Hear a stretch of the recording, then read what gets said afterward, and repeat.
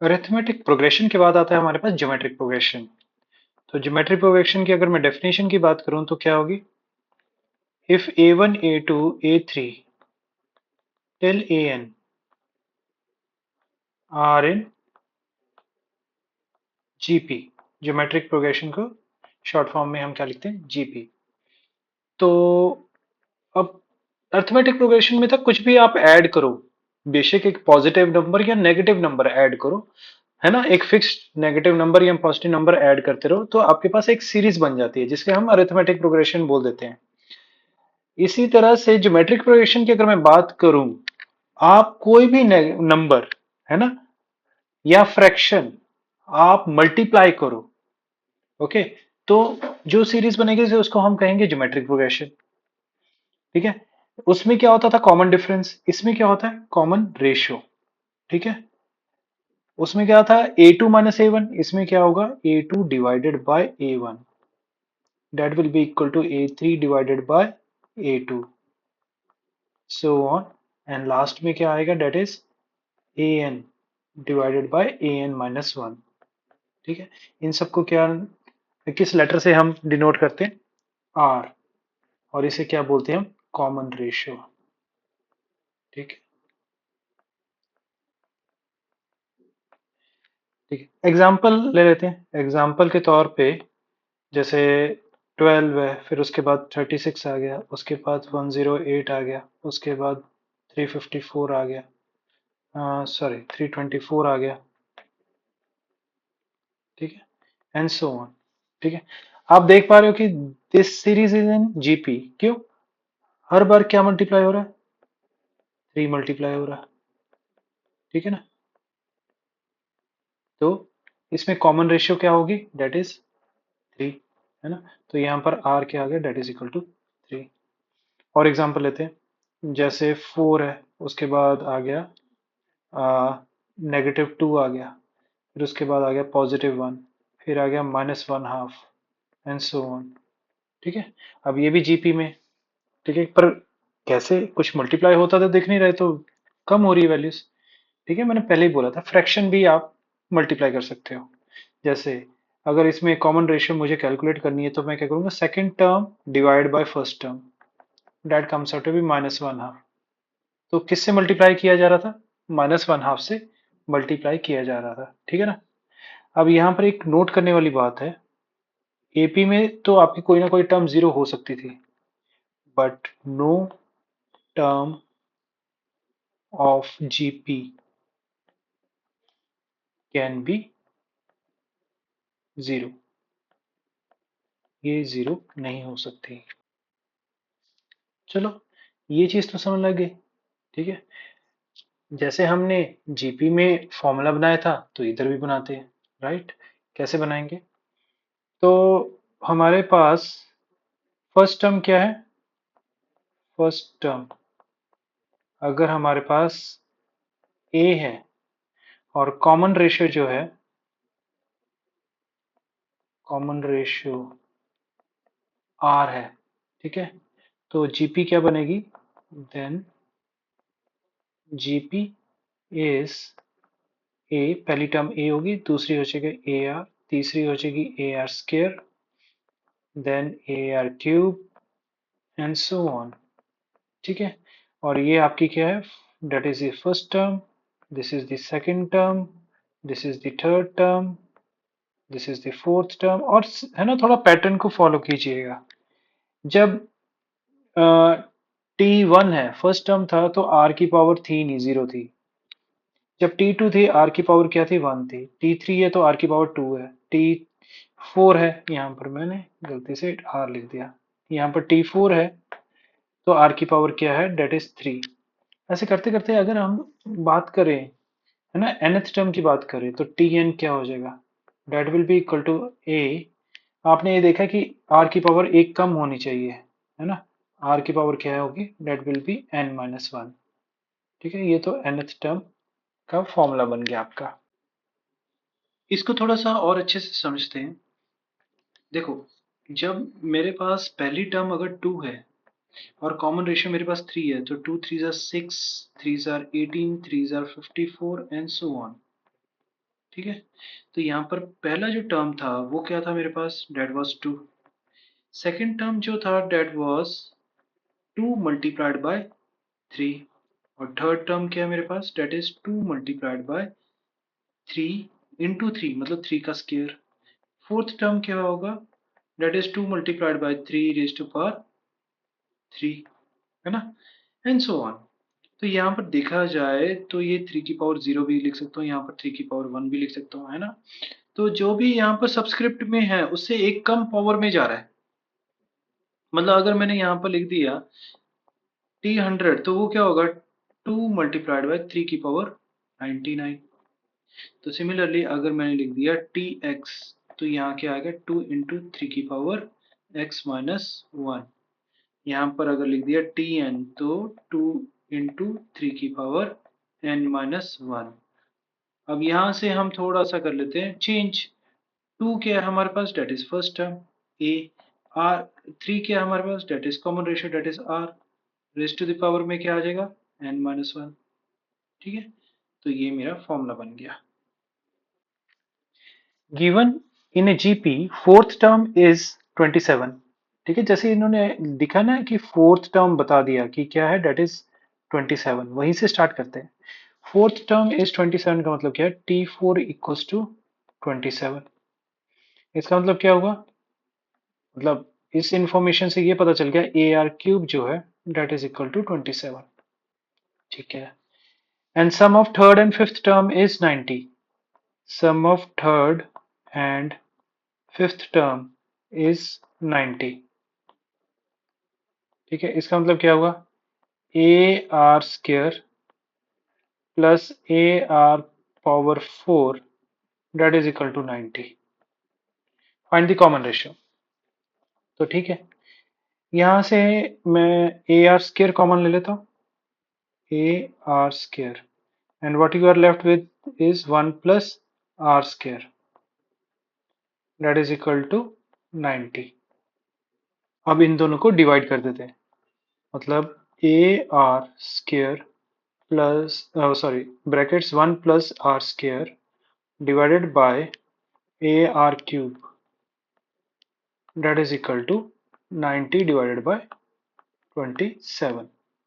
यहाँ से इधर आपको कैंसिल आउट हो गया, आर स्क्र कैंसिल आउट हो गया, इधर से 9 पे जा रहा है ना, क्रॉस मल्टीप्लाई किया तो ये बन गया 3 plus 3r square equals to 10r। 3r square minus 10r plus 3 equals to 0। यहाँ पर आप मिडिल टर्म स्प्लिटिंग कर लेंगे तो ये बन जाएगा 3r minus 1 times r minus 3 that is equal to 0। तो यहाँ पर r की दो वैल्यूज आ जाएंगी, या तो r होगा 1/3 या फिर r होगा 3।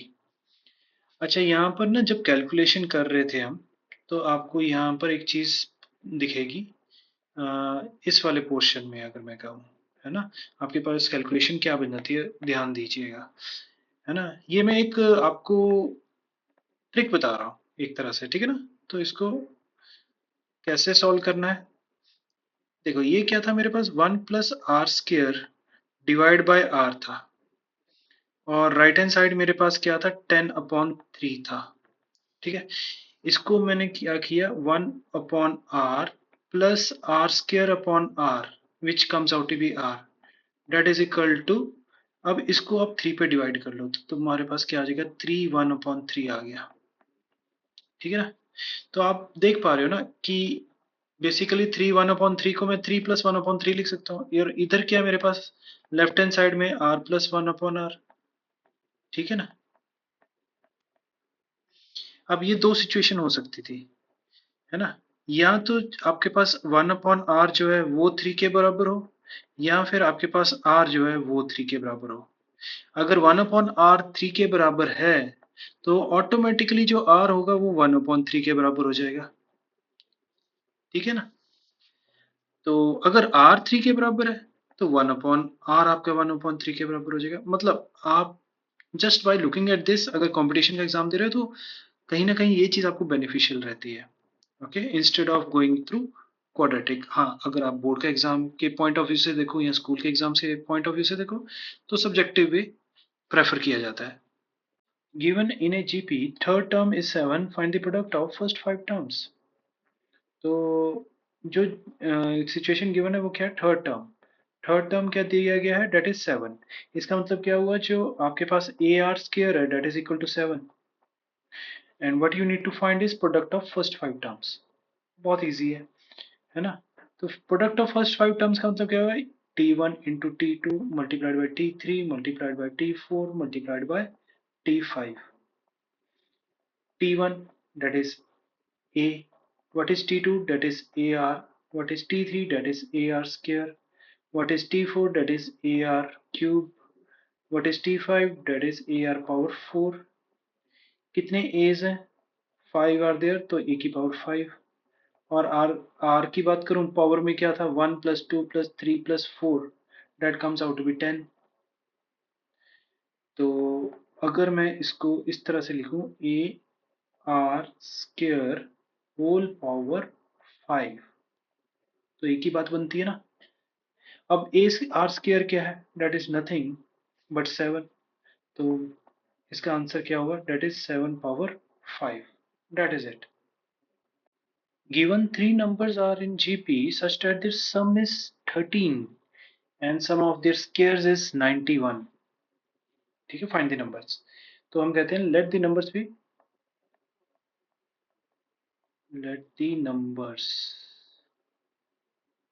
बी, कौन कौन से लेंगे, एक तो हो जाएगा ए, दूसरा हो जाएगा ए आर, ठीक है, तीसरा हो जाएगा ए आर स्क्वायर। अब अकॉर्डिंग टू क्वेश्चन हमारे पास पहली जो इक्वेशन बनेगी वो क्या बनेगी, that is a plus a r plus a r square, that is equal to 13। Alright, तो सेकंड इक्वेशन क्या बनेगी, सम ऑफ देयर स्क्वायर्स, मतलब a square plus a square r square plus a square r power 4, that is given to you as 91। Right, just divide them up, है ना, divide कर दीजिए इन दोनों को। तो यहाँ पर ए कॉमन ले लिया मैंने, ए स्क्वायर, सेकंड इक्वेशन जो है, ये फर्स्ट इक्वेशन अगर मैं दे रहा हूँ इसको सेकंड दे रहा हूँ, तो second equation divide by first equation कर रहा हूँ। तो ए स्क्वायर कॉमन ले लिया तो मेरे पास आ गया 1 plus r square plus r power 4। Denominator में मेरे पास क्या आएगा, ए कॉमन लिया, 1 plus r square, and that is equal to 91 divide by 13। Done है। अब इन दोनों को जब मैंने डिवाइड किया तो मेरे पास क्या बचेगा, यहाँ पर तो ए आ जाएगा। अच्छा, ये ना एक आइडेंटिटी है, अगर आइडेंटिटी मैं लिखना चाहूँ तो कैसे लिखूंगा कि 1 plus r square plus r power 4, that is equal to 1 plus r square multiplied by 1 minus r plus r square. ठीक है, तो ये वाली आइडेंटिटी यहाँ पर हम यूज कर लेंगे। ओके, तो ये बन जाएगा मेरे पास 1 plus r square times 1 minus r plus r square, और डिवीजन में मेरे पास आ गया that is 1 plus r square. ठीक है, that is equal to 7, and as you can see these cancels out. ठीक है, तो आपके पास क्या आ गया, that is in terms of, अगर मैं सिर्फ कहूँ a multiplied by 1 minus r plus r square, that comes out to be 7। अगर मैं फर्स्ट इक्वेशन की बात करूं तो मैं इसको लिख सकता हूँ a, और ये 1 प्लस आर स्क्वायर, है ना, डेट इज इक्वल टू 13। और ये मेरे पास आ गई third equation. Okay, now what I am suppose to do is like 3, third equation जो है मेरे पास 3 divide by first equation, that implies क्या a इंटू 1 - r + r² और इक्वल्स टू 7, और इधर डिवीजन में आ गया मेरे पास 8 टाइम्स 1 + r + r² और इधर आ गया 13। ठीक है, ए कैंसल्स आउट। तो बस आपको इसको सॉल्व करना है, आपको क्रॉस मल्टीप्लाई करना है। जब आप क्रॉस मल्टीप्लाई करोगे तो आपके पास आ जाएगा that is 13 - 13r + 13r² that is equal to 7 + 7r + 7r², right. और इसको सॉल्व करेंगे तो ये बन जाएगा 6r² - 20r and this would be 6 equals to 0। 2 पे डिवाइड कर दिया तो 3r² - 10r + 3 इक्वल्स टू 0। ये सिमिलर सी इक्वेशन पहले भी बन चुकी है, ऐसी वाली हमने देख चुकी है ना। तो यहाँ से आपके पास मिडिल टर्म स्प्लिटिंग होगी 3r - 1 और ये क्या बन गया r - 3 that is equal to 0, और r की वैल्यूज आपके पास 2 आ गई, डेट इज 1/3 हो सकती है या फिर 3 हो सकती है, राइट। तो जब r, यहाँ पर दो केसेस ले लेते हैं ना। अगर मेरे पास पहला केस आ गया r इक्वल्स टू, मैंने 3 लेके चलता हूँ when r is equal to 3। ठीक है, तो a की वैल्यू क्या होगी।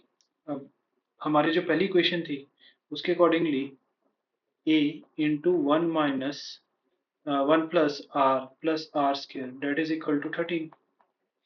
तो r की वैल्यू अगर मैंने 3 प्लग इन कर दी तो मेरे पास आ जाएगा 1 + 3 + 9 डेट इज इक्वल टू 13। तो यहाँ से मेरे पास a की वैल्यू कितनी आ जाएगी, डेट इज इक्वल टू 1। अब 1 आ गया तो मेरे पास नंबर्स क्या हो जाएंगे, इन्होंने क्या पूछा है, फाइंड द नंबर्स, राइट। तो नंबर्स क्या हो जाएंगे, देयरफॉर नंबर्स आर, है ना, वो कौन सा, पहला तो 1 हो जाएगा, 1 इंटू 3 डेट इज 3, फिर 3 इंटू 3 डेट इज 9। अच्छा, अगर आप r इज इक्वल टू 1/3 लेके चलोगे ना, है ना, तो आपके पास जो नंबर्स आएंगे वो 931 आ जाएंगे, ऑलराइट। तो इसमें आपको इतना टेंशन लेने की जरूरत नहीं पड़ेगी कि 139 है या 931 है ना, अगर ऑब्जेक्टिव क्वेश्चन है तो। हाँ, सब्जेक्टिव है तो आपको डेफिनेटली दोनों सिचुएशंस दिखानी पड़ेंगी। अब यहाँ पर एक चीज़ और है, यहाँ से जब कैलकुलेशन मैंने करनी स्टार्ट की थी, एक मिनट मैं बताता हूँ कौन से स्टेप से, ये वाले स्टेप से। ठीक है, यहाँ पर कैलकुलेशन का एक और वे आउट भी है। वो क्या होता है, 1 + r² को अलग कर दो और जिसका साइन चेंज है वो अलग कर दो। ठीक है ना, और डिवीजन में भी ऐसे कर दो, है ना, ऐसे करके। और ये 7/13। मैं आपको टूल बता रहा हूँ कैलकुलेशन का। यहाँ पर आप कंपोनेंटो डिविडेंडो लगा सकते हो, और जब आप कंपोनेंटो डिविडेंडो लगाओगे तो आपके पास आ जाएगा 1 + r² डिवाइड बाय -r आएगा। Okay, that is equal to 7 + 13 that is 20 upon 7 - 13 that is -6। तो इसमें क्या है कि आपके पास और छोटा आ जाता है ना। अल्टीमेटली बनेगा दोबारा से यही चीज बन जाएगी तुम्हारे पास। ठीक है, तो अगर आपको कंपोनेंट और डिविडेंड पता है तो वो वाला एक टूल यूज कर सकते हो आप। अगर नहीं मालूम, इट्स ओके, आप डायरेक्टली कर लो। हाँ, अगर आप सीखना चाहते हो तो मुझे मैसेज कर दो, मैं आपको उसके लिए अलग से एक वीडियो बना दूंगा। ठीक है। Find a GP for which the sum of first two term is -4 and fifth term is 4 times the third term। जैसे चीजें दी गई हैं वैसे लिख लेते हैं। Sum of first two terms मतलब t1 plus t2 that is given to you as -4, ये given है, and fifth term is 4 times the third term, ये दूसरी चीज given है। तो आपको क्या करना है, t1, t1 का वैल्यू क्या रहता है हमारा, that is a, और T2 का वैल्यू क्या रहता है, that is AR, and sum of these two terms is -4। अच्छा, इसमें से आप A कॉमन ले सकते हो तो आ गया आपके पास 1 + R इक्वल्स टू -4। ठीक है, अब फिफ्थ टर्म जो है सेकंड इक्वेशन से क्या पता चल रहा है, फिफ्थ टर्म क्या होती है, that is AR⁴ equals to 4 AR⁴ alright. यहाँ से आपके पास A कैंसल आउट हो जाता है ना, r² इधर क्या आ जाएगा, r² आ जाएगा। तो r square is equal to 4 आ गया। यहाँ से मुझे पता चलेगा कि आर की वैल्यू जो होगी that will be equal to +-2। ठीक है, तो अगर आर की वैल्यू मेरे पास -2 है तो ये वाली जो इक्वेशन है वो क्या बन जाएगी, that will become a times 1 - 2 is equal to -4। तो यहाँ से मेरे पास a की वैल्यू आ गई डेट इज इक्वल टू +4। अगर r की वैल्यू +2 है तो यहाँ से a की वैल्यू क्या बनेगी, a times 1 + 2 that is equal to -4। तो a की वैल्यू मेरे पास आ गई -4/3। ठीक है, जस्ट बिकॉज कि भी वो फ्रैक्शन में है तो हम उसको इग्नोर नहीं कर सकते। ठीक है, तो आपके पास अब उन्होंने क्या पूछा था, find a geometric progression for which this sum, है ना।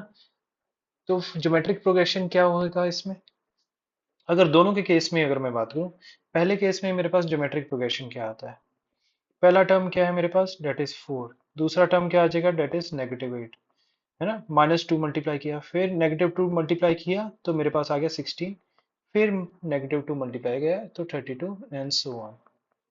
ठीक है, ये आ गया। अगर मेरे पास a इक्वल्स टू -4/3 है तो इसमें जीपी क्या बनेगी, डेट इज -4/3। फिर दूसरी टर्म क्या आएगी, डेट इज 2 से मल्टीप्लाई किया तो -8/3 and then -16/3 and then -32/3 and so on.